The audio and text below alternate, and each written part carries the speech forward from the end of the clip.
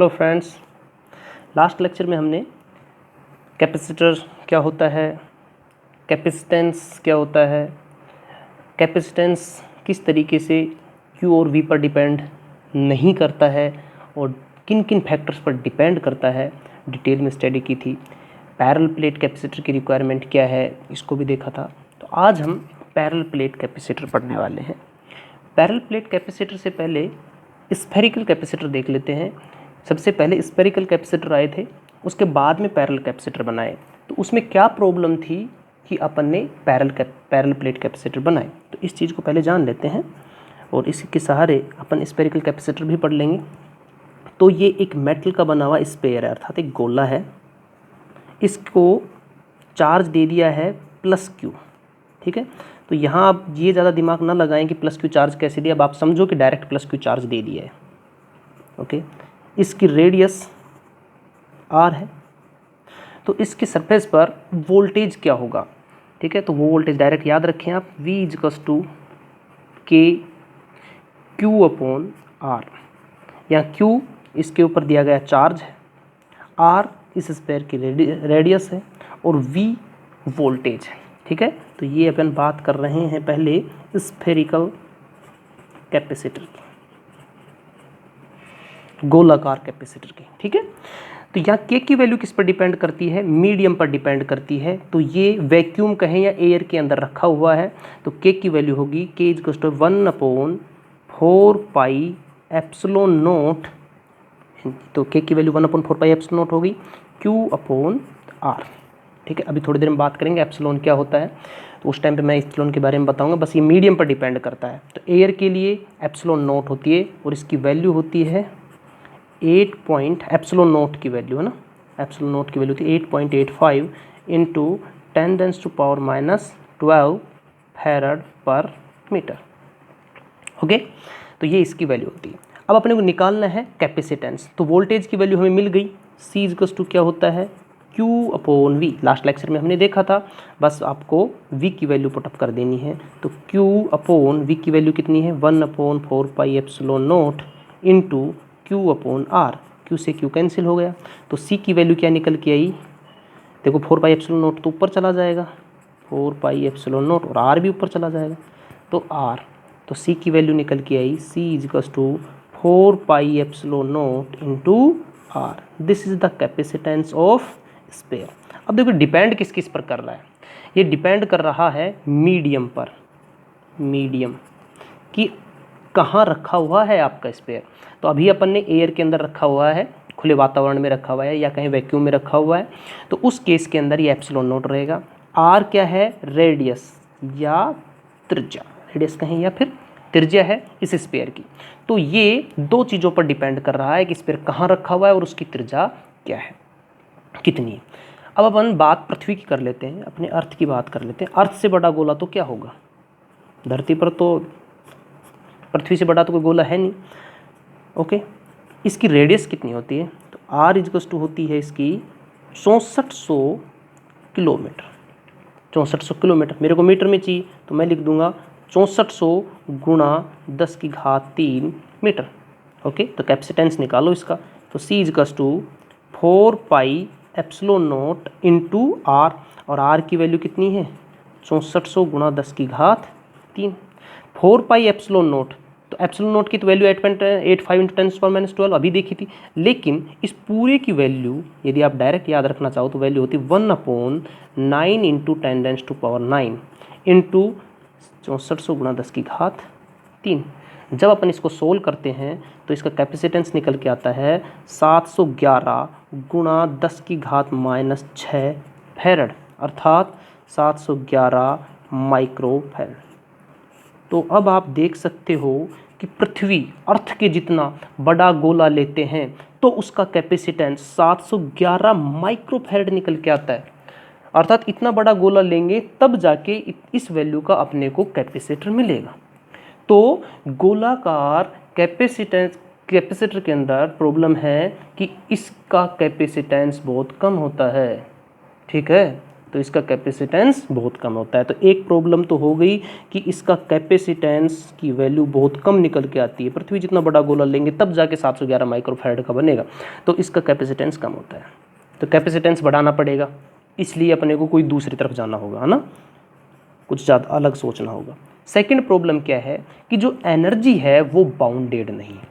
इस स्फीयर को अपन ने इलेक्ट्रिकल एनर्जी दी है, तो चार्ज इसके सरफेस पर आ गया, ये मेटल का है, चार्ज इसकी सरफेस पे आ गया, अर्थात यहाँ पर इलेक्ट्रिकल एनर्जी इसने स्टोर की है, जो कि खुले में फैली हुई है चारों तरफ, कहाँ तक गई है, ठीक है, अपने को पता नहीं है क्योंकि अपने ने इसको बाउंड नहीं किया है। ये इनफाइनाइट और इस स्फीयर, आप कहें कि ये इनफाइनाइट है, यहाँ इस इनफाइनाइट और इस स्फीयर के बीच में एनर्जी है, हाँ यहाँ ज़्यादा है, फिर आगे कम होती हुई चली जाएगी, लेकिन फैली हुई तो है, अर्थात एनर्जी बाउंडेड नहीं है, ठीक है, एनर्जी बाउंडेड मतलब बंधी हुई नहीं है। एक ये भी प्रॉब्लम है, ठीक है। तो ये दो प्रॉब्लम थी, इसकी वजह से अपन पैरेलल प्लेट कैपेसिटर की तरफ गए। अब इन दोनों प्रॉब्लम्स को पैरेलल प्लेट कैपेसिटर के अंदर कैसे ओवरकम कर लेंगे ये अपन देखते हैं। देखिए यहाँ मैंने 3 केस लिए। ये तो अपना आइसोलेटेड स्फीयर था जो भी थोड़ी देर पहले डिस्कस कर रहे थे। आइसोलेटेड का मतलब होता है विलगित, अर्थात ये किसी भी चीज़ से कंडक्टिवली टच नहीं है, अर्थात ना तो ग्राउंड से टच है या ना किसी अलग में और अदर मटेरियल से टच है, ये आइसोलेटेड है और स्फीयर में रखा हुआ है। तो ये वो है।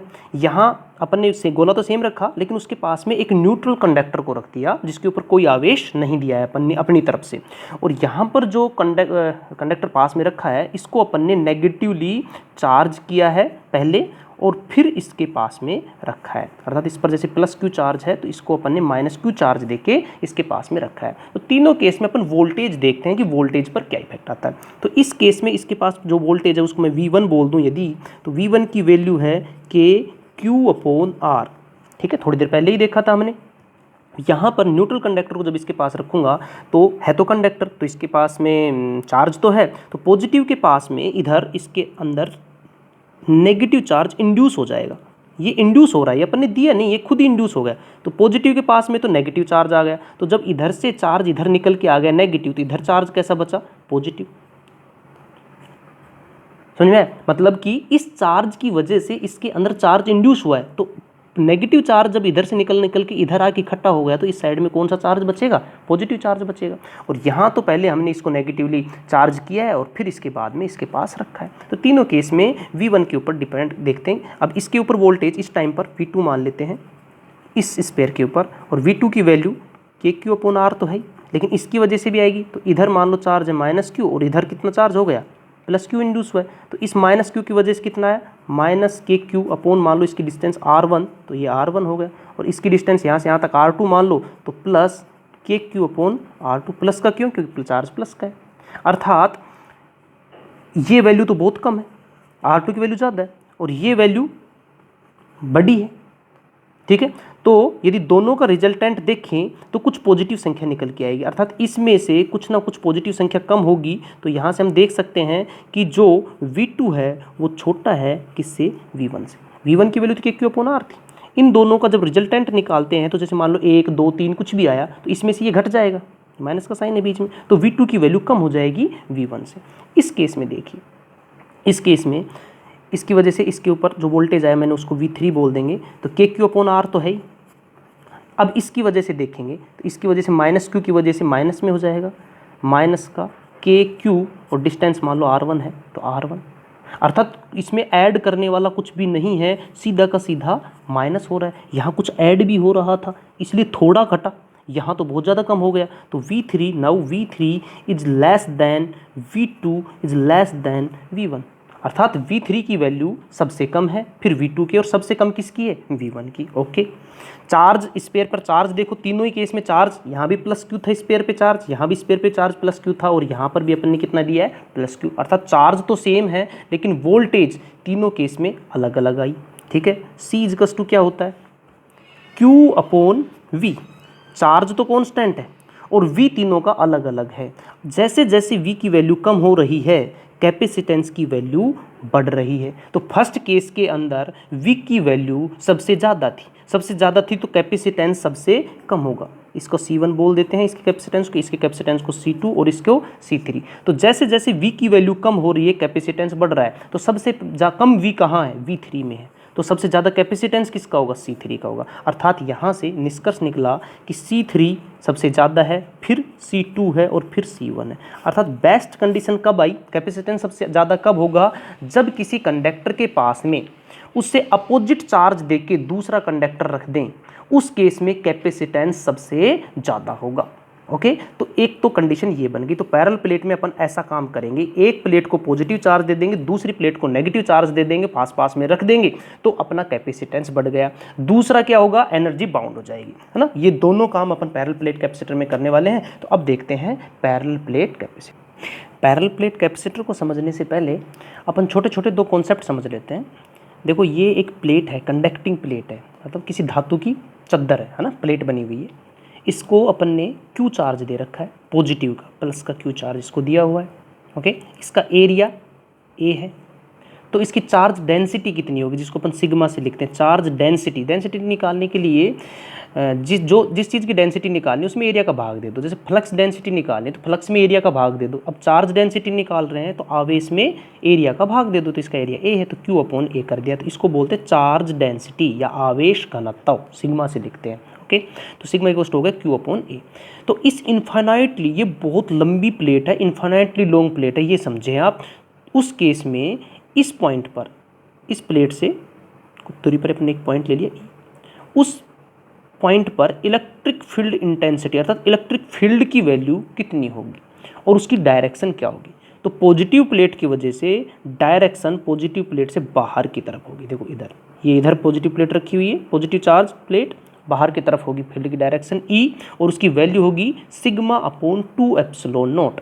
क्यों, क्योंकि इसको एयर मीडियम में रखा हुआ है, इसलिए अपन ने यहाँ एप्सिलॉन नॉट लिया है। एप्सिलॉन नॉट एयर के लिए होता है या वैक्यूम के लिए होता है। ओके, याद रहे इन्फिनेटली लॉन्ग प्लेट है, ठीक है। यहाँ सिग्मा क्या है, चार्ज डेंसिटी, वैल्यू रख सकते हैं क्यू अपॉन ए, तो इसकी वैल्यू लिख सकते हैं Q upon 2a epsilon not, ठीक है। आपको याद ये रखनी है, ये इजीली याद हो जाएगी, और सिग्मा की वैल्यू अपने को ध्यान रखेंगे। लेकिन यदि प्लेट को नेगेटिव चार्ज दे दिया जाए -q, तो उस केस में क्या होगा, तो उस केस में वैल्यू तो अपन सिग्मा अपॉन 2 एप्सिलॉन नॉट ही याद रखें, ठीक है, माइनस सिग्मा नहीं, सिग्मा रखें बस। चार्ज जिसकी फील्ड की डायरेक्शन चेंज कर दे, फील्ड की डायरेक्शन क्या हो जाएगी, नेगेटिव प्लेट की साइड में हो जाएगी। पॉजिटिव प्लेट से तो दूर की तरफ होता है और नेगेटिव प्लेट की तरफ होती है। अरे पॉजिटिव टू नेगेटिव जाती है ना, इलेक्ट्रिक फील्ड जो है, मैंने पहले बताया था, पॉजिटिव से नेगेटिव की तरफ जाता है। तो पॉजिटिव से तो बाहर की तरफ गया और नेगेटिव के अंदर की तरफ आया, तो नेगेटिव के अंदर की तरफ आएगा और value sigma upon 2 epsilon naught ही होगी।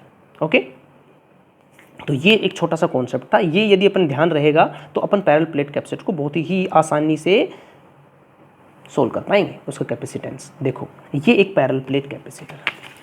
पैरेलल प्लेट कैपेसिटर में मतलब मैंने दो प्लेटें ली हैं, दोनों को पैरेलल में रख दिया, दोनों का कॉमन एरिया अर्थात उभयनिष्ठ एरिया जो है वो सेम है। उभयनिष्ठ एरिया का मतलब ये जहाँ रखी हुई है उसी जगह ये रखी है और दोनों का एरिया सेम है, आमने सामने रखी। दोनों के बीच की डिस्टेंस कितनी है, d है। ओके, इसको प्लस क्यू चार्ज दिया, इसको माइनस क्यू, दोनों का एरिया ए है, चार्ज डेंसिटी सिग्मा, इसकी माइनस सिग्मा है।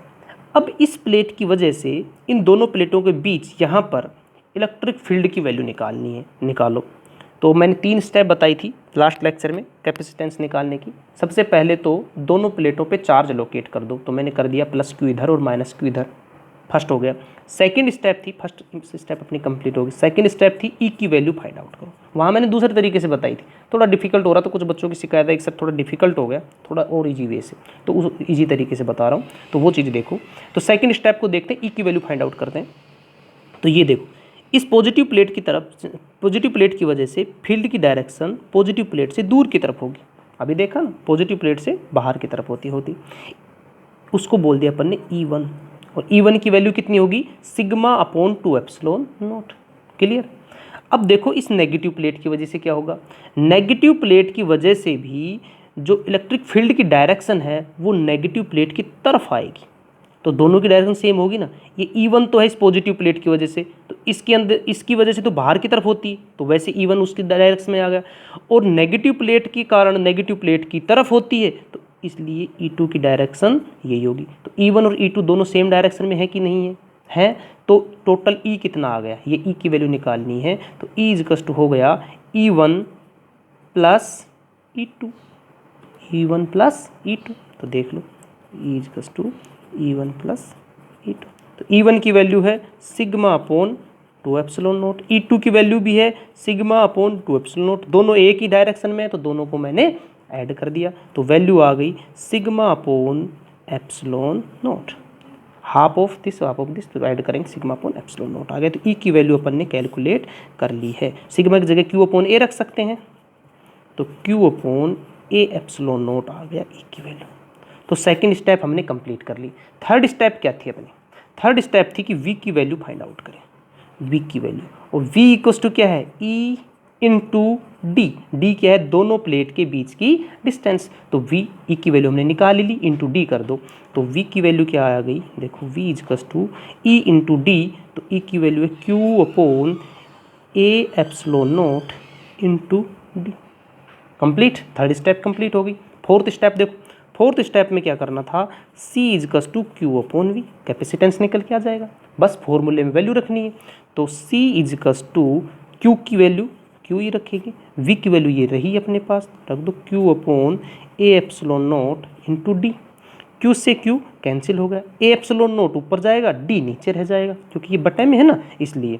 तो देखो C की वैल्यू क्या निकल के आएगी, इधर देखिए C इजकस to epsilon naught A upon डी। ठीक है, यहाँ से ध्यान देने वाली बात यह है कि कैपेसिटेंस किस किस चीज़ पर डिपेंड कर रहा है पैरेलल प्लेट कैपेसिटर के अंदर। ठीक है, तो देखो C की वैल्यू निकल के आई है अपनी epsilon naught A upon D. Epsilon note किस पर डिपेंड करता है? मीडियम पर। और ये है क्या? अपनी परमिटिविटी, इसको बोलते हैं परमिटिविटी, जिसकी यूनिट होती है फैराड पर मीटर। ठीक है, एप्सिलॉन नोट ये किसके लिए लिया हुआ है? अपने एयर के लिए है। एक्चुअल में एप्सिलॉन होता है, और एप्सिलॉन की वैल्यू होती है epsilon naught into epsilon are. Epsilon r होता है रिलेटिव परमिटिविटी। ये तो एब्सोल्यूट परमिटिविटी, ये होती एयर की परमिटिविटी, और इसको बोलते हैं रिलेटिव परमिटिविटी। इसकी यूनिट नहीं होती है, ये होता है यूनिट लेस। तो relative, r for relative permittivity unitless है। एयर की परमिटिविटी की होती है फैराड पर मीटर, और एब्सोल्यूट परमिटिविटी की यूनिट भी होती है फैराड पर मीटर। इसकी वैल्यू कितनी होती है? अभी मैंने स्टार्टिंग में बताया था 8.85 इंटू 10⁻⁻² फैराड पर मीटर। 8.85 इंटू 10⁻⁻² फैराड पर मीटर, ये होती है इसकी value.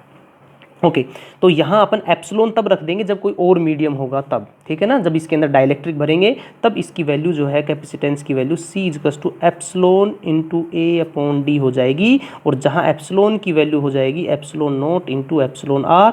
Epsilon R relative permittivity है, ये हर मीडियम की फिक्स होती है और आपको गिवन होती है। एप्सिलॉन नोट की वैल्यू अपने को याद रखनी है 8.85 इंटू 10⁻⁻² फैराड पर मीटर। और एप्सिलॉन आर हमेशा याद रखना, ये यूनिट लेस है और एग्जाम में बार बार पूछा जाता है। ठीक है, तो ये था पैरेलल प्लेट कैपेसिटर का कैपेसिटेंस निकालना। Simple procedure. इस प्लेट की वजह से इलेक्ट्रिक फील्ड की डायरेक्शन बाहर की तरफ, इस प्लेट नेगेटिवली चार्ज प्लेट की तरफ की वजह से इलेक्ट्रिक फील्ड की डायरेक्शन इसकी तरफ ही हो जाएगी, तो दोनों की डायरेक्शन सेम आ गई। तो E equals to E1 plus E2। E की value sigma upon 2 epsilon naught है, दोनों को ऐड किया तो सिग्मा अपॉन एप्सिलॉन आ गया, एप्सिलॉन नोट। सिग्मा क्या होता है? चार्ज डेंसिटी होती है, अर्थात Q अपॉन A होता है। यहाँ वैल्यू पुटअप कर दी तो Q upon A epsilon naught आ गया। और अपन ने इसको सोल्व करके 4 स्टेप हैं, चारों स्टेपों को सोल्व किया, C की वैल्यू निकल के आ गई। अब ये डिपेंड किस किस पर कर रहा है वो चर्चा कर रहे थे। एक तो मीडियम पर कर रहा है, एक है ए क्या है? Area of plate. अब एरिया कौन सा है? मैंने फर्स्ट लेक्चर में इसके बारे में थोड़ा बताया था डिटेल से कि ये एरिया है प्लेट का, लेकिन ये पूरा एरिया तब लेना है जब इसी सेम एरिया की प्लेट इसके सामने रखी हुई हो, या यदि इन प्लेटों को अपन ने ऊपर नीचे कर दिया तो अपन को उभयनिष्ठ एरिया लेना है। ठीक है ना, ये मैंने लास्ट लेक्चर में बताया था। ओके, डी क्या है? डी क्या है? ये डिस्टेंस है दोनों प्लेटों के बीच की। देखो इन दोनों प्लेटों के बीच की डिस्टेंस है। अब जैसे जैसे ये डिस्टेंस बढ़ेगी दोनों प्लेटों के बीच की, तो कैपेसिटेंस क्या होगा? कम होगा। उभयनिष्ठ एरिया बढ़ेगा तो कैपेसिटेंस बढ़ेगा, और मीडियम के अंदर यदि एयर है तो ठीक है, और यदि इसके अलावा अपन कोई दूसरा डाइलेक्ट्रिक रखेंगे तो एप्सिलॉन आर उसकी वैल्यू 1 से बड़ी होगी तो कैपेसिटेंस बढ़ेगा। अभी थोड़ी नेक्स्ट पॉइंट पर वही देखने वाले हैं, इसके बीच में डाइलेक्ट्रिक रखेंगे तो क्या इफेक्ट पड़ेगा। तो कैपेसिटेंस किस किस चीज़ पर डिपेंड कर रहा है, कॉमन एरिया पर, मीडियम पर, और दोनों प्लेटों के बीच की डिस्टेंस पर, ठीक है, और बीच में डाइलेक्ट्रिक क्या भरा है उसके ऊपर डिपेंड करेगा, है ना। तो अब नेक्स्ट देखते हैं डाइलेक्ट्रिक डालने के बाद, छोटा सा कॉन्सेप्ट है देख लेते हैं। एक दोनों प्लेटों पर अलग अलग चार्ज दे दिया, एक पर Q1 है एक पर Q2 है, तो चार्ज डिस्ट्रीब्यूशन का कई बार क्वेश्चन पूछ लेते हैं कि चार्ज डिस्ट्रीब्यूशन क्या होगा। देखो ये एक प्लेट है, इसकी दो सतह होती हैं, जैसे ये हथेली है, ये एक प्लेट है, इसकी दो सतह है, एक तो ये सतह है और दूसरी ये वाली है, तो इसको मैंने ऐसे कर दिया तो एक तो ये सतह होगी और एक ये सतह होगी। इसी तरीके से इस प्लेट में भी दो सतह हैं, एक इधर वाली और एक इधर वाली, ठीक है। अब यदि चार्ज अलग अलग है तो वो चार्ज कहाँ जाएगा, इस जगह का चार्ज और इस जगह का चार्ज सेम होगा और अपोजिट वैल्यू का होगा। यदि ये प्लस है तो ये माइनस होगा और वैल्यू उसकी सेम होगी। बाकी बचा हुआ चार्ज कहाँ, यहाँ सेट होगा, ठीक है ना। तो वैल्यू क्या होगी, देखो यहाँ चार्ज और यहाँ चार्ज बराबर ही आएंगे और उसकी वैल्यू होगी Q1 plus Q2 divide by 2। यहाँ Q1 देखो इस पर चार्ज है और Q2 यहाँ चार्ज है, ओके। यहाँ पर कितनी होगी, यहाँ भी सेम होगी Q1 plus Q2 divide by 2, okay. ये तो हो गया।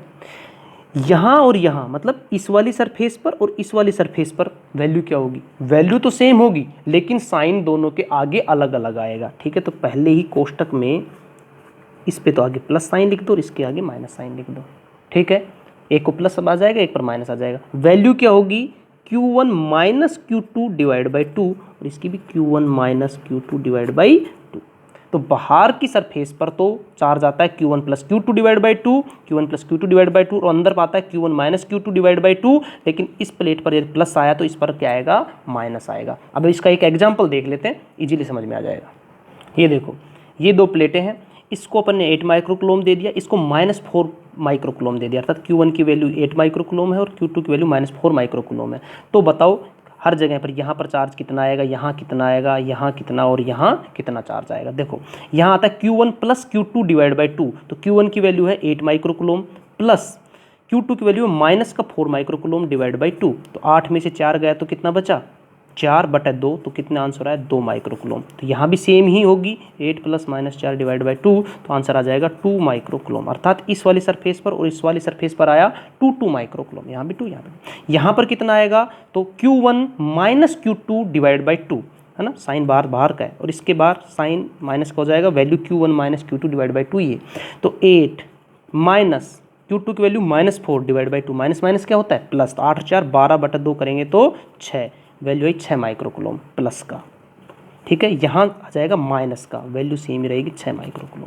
अर्थात इस सरफेस पर माइनस का 6 माइक्रोकूलम, इस सरफेस पर प्लस का 6 माइक्रोकूलम, ठीक है। अब देखो एग्जैक्ट 8 माइक्रोकूलम हो रहा है कि नहीं हो रहा है इस प्लेट पर, तो यहाँ कितना आया प्लस का 6 माइक्रोकूलम, यहाँ पर कितना आया 2 माइक्रोकूलम प्लस का, तो 6 और 2 कितना हो गया 8, आंसर आ गया। यहाँ पर देखो इधर दे दिया अपन ने प्लस का 2 माइक्रोकूलम, प्लस का 2 माइक्रोकूलम, और यहाँ दे दिया माइनस का 6 माइक्रोकूलम, तो कितना बचा, माइनस 6 में प्लस का दोगे तो माइनस का 4 माइक्रोकूलम। लेकिन ध्यान रखने वाली बात यह है कि इस कैपेसिटर के अंदर इस प्लेट पर और इस प्लेट पर चार्ज सेम ही होगा लेकिन अपोजिट साइन के साथ, इधर प्लस तो इधर माइनस, ये हमेशा कैपेसिटर के अंदर होता है, ठीक है। और यदि कैपेसिटर का चार्ज की बात की जाए, फॉर्मूला निकाला जाए और वहाँ चार्ज पूछें तो हमेशा चार्ज पॉजिटिव प्लेट का अंदर की साइड का चार्ज बताना होता है कि यहाँ कितना चार्ज है, वही कैपेसिटर का चार्ज कहलाता है। तो यहाँ कितना है 6 माइक्रोकूलम, तो कैपेसिटर के अंदर पूछेंगे यहाँ क्यू कितनी है कैपेसिटर की, तो 6 माइक्रोकूलम कहलाएगा, ओके।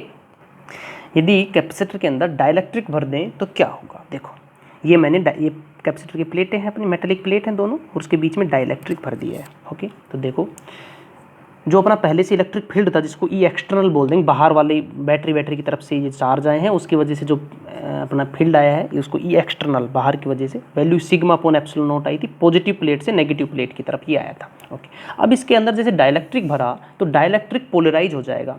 पोलराइज हो जाएगा कैसे, देखो इधर पॉजिटिव चार्ज है इस प्लेट के ऊपर, तो डाइलेक्ट्रिक में इधर नेगेटिव चार्ज आके इकट्ठे हो जाएंगे, क्यों, क्योंकि पॉजिटिव नेगेटिव को अट्रैक्ट करता है। इस प्लेट पर नेगेटिव चार्ज था तो इस प्लेट पर नेगेटिव चार्ज है तो इसके पास वाले डाइलेक्ट्रिक पोर्शन पर जो डाइलेक्ट्रिक भरा है उसके अंदर पॉजिटिव चार्ज आके इकट्ठा हो जाएगा। ओके, तो अपने को पता है इलेक्ट्रिक फील्ड पॉजिटिव से नेगेटिव की तरफ होता है, तो डाइलेक्ट्रिक के अंदर जो इलेक्ट्रिक फील्ड है वो पॉजिटिव से नेगेटिव की तरफ हो गया और इसको बोलते हैं ई इंड्यूस। क्या बोलते हैं? ई इंड्यूस। इंड्यूस का मतलब उत्पन्न होना, तो ये तो अभी यहाँ अंदर उत्पन्न हुआ है।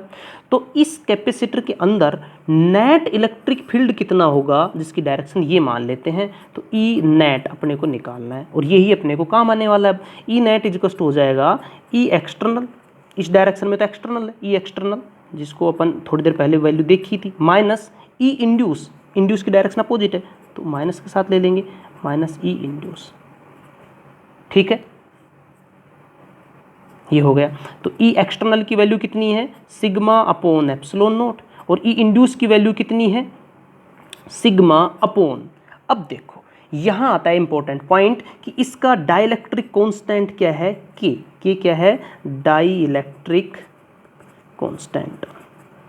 ये हर मटेरियल का फिक्स होता है, ये अपने को दिया हुआ होता है। जैसे अपन बात करें माइका जिसको अपन अब्रक बोलते हैं, लगभग इसका कितना होता है? 6, और यूनिट लेस है तो मैं सिर्फ यही बताऊंगा कि 6 होता है, यूनिट तो होती नहीं है इसकी। ओके, तो उसकी वजह से अब इसकी वैल्यू हो जाएगी सिग्मा अपॉन के into epsilon not. E induce की वैल्यू होगी sigma upon K epsilon not, क्योंकि इसका डाइलेक्ट्रिक कांस्टेंट कितना है? के।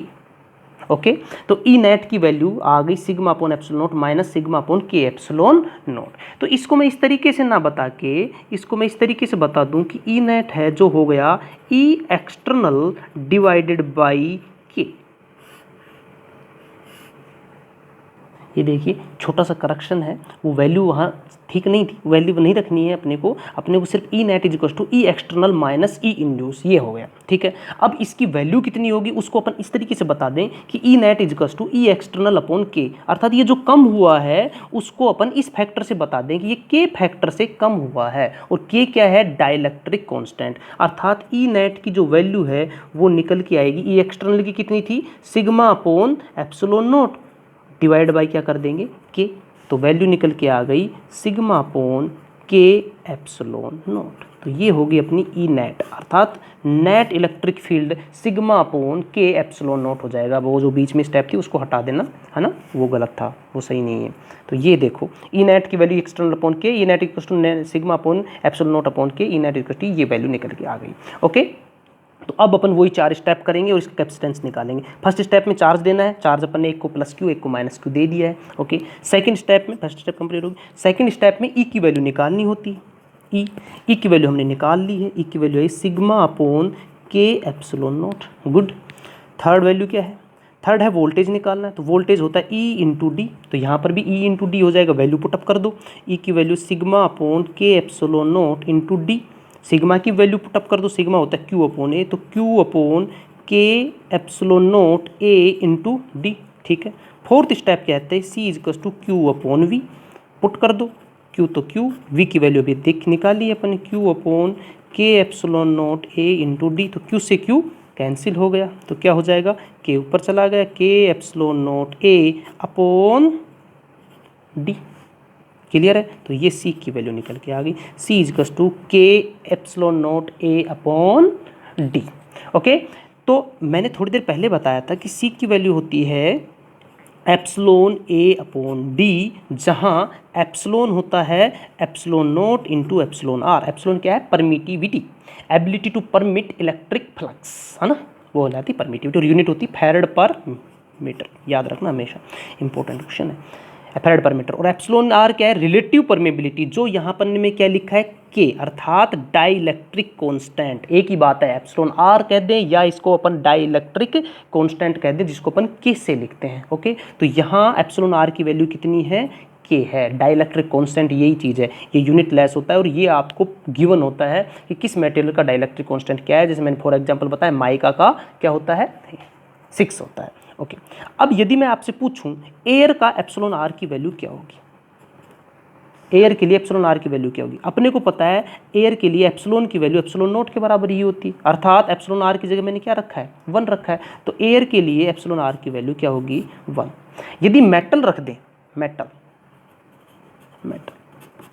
मेटल के केस में एप्सिलॉन आर की वैल्यू क्या होगी? तो मेटल के लिए एप्सिलॉन आर की वैल्यू होती है इनफाइनाइट। ऐसा क्यों होता है? मेटल के लिए ये इनफाइनाइट क्यों होती है वो देखो, एक बार समझ लो। ये देखो, ये मैंने दोनों प्लेटों के बीच में मेटल भर दिया, ठीक है। इस पर प्लस क्यू चार्ज था, इस पर माइनस क्यू चार्ज था। ई एक्सटर्नल की डायरेक्शन पॉजिटिव से नेगेटिव की तरफ आ गई। इस प्लेट पर पॉजिटिव चार्ज है और इस प्लेट पर अंदर की तरफ नेगेटिव चार्ज है, तो ये आयोनाइज हो जाएगा, है ना, पोलराइज हो जाएगी। इधर कैसा चार्ज आ जाएगा? माइनस का इसके अंदर डाइलेक्ट जो भी अपन ने मेटल भरा है उसके अंदर, और इधर क्या आ जाएगा? प्लस, ठीक है। तो इसकी वजह से एक फील्ड इंड्यूस होगा जिसकी डायरेक्शन ये हो जाएगी। इन दोनों के अपोजिट डायरेक्शन है। लेकिन होता क्या है, मेटल के अंदर जो ई इंड्यूस हुआ है उस ई इंड्यूस की वैल्यू ई एक्सटर्नल के बराबर हो जाती है। तो ई नेट की वैल्यू कितनी निकल के आएगी? ई नेट इज इक्वल टू क्या होता है? ई एक्सटर्नल माइनस ई इंड्यूस, ठीक है। ई एक्सटर्नल की वैल्यू कितनी है? उतनी ही ई इंड्यूस की वैल्यू है, अर्थात ई नेट की वैल्यू क्या निकल के आएगी? 0। कब? जब यदि दोनों प्लेटों के बीच में मेटल भर दें, अर्थात कोई धातु भर दें, तो उस केस में वैल्यू कितनी हो जाती है? ई नेट की 0। और ई नेट क्या होता है? अभी थोड़ी देर पहले निकाला था, देखो। ई नेट होता है सिग्मा ई नेट होता है एक्स ई एक्सटर्नल अपॉन के। तो ई एक्सटर्नल तो यहाँ पे भी लगा है, अपॉन के। तो यहाँ के की वैल्यू क्या रखूँ कि ई नेट की वैल्यू 0 हो जाए? तो के की वैल्यू क्या रखनी पड़ेगी? इनफाइनाइट। अर्थात यहाँ मैंने के की वैल्यू इनफाइनाइट रखूँगा, तब मेरे ई नेट 0 निकल के आएगा। तो मेटल के लिए एप्सिलॉन आर कहें या फिर के कहें, एक ही बात है कि वैल्यू क्या होती है? इनफाइनाइट। के क्या बोलते हैं? Dielectric constant. Thank you friends. Next lecture में अपन देखेंगे पार्शियली फिल्ड कैपेसिटर और उसकी कैपेसिटेंस की वैल्यू क्या आती है, और एनर्जी स्टोर्ड इन कैपेसिटर, और कुछ न्यूमेरिकल सॉल्व करेंगे। Thank you.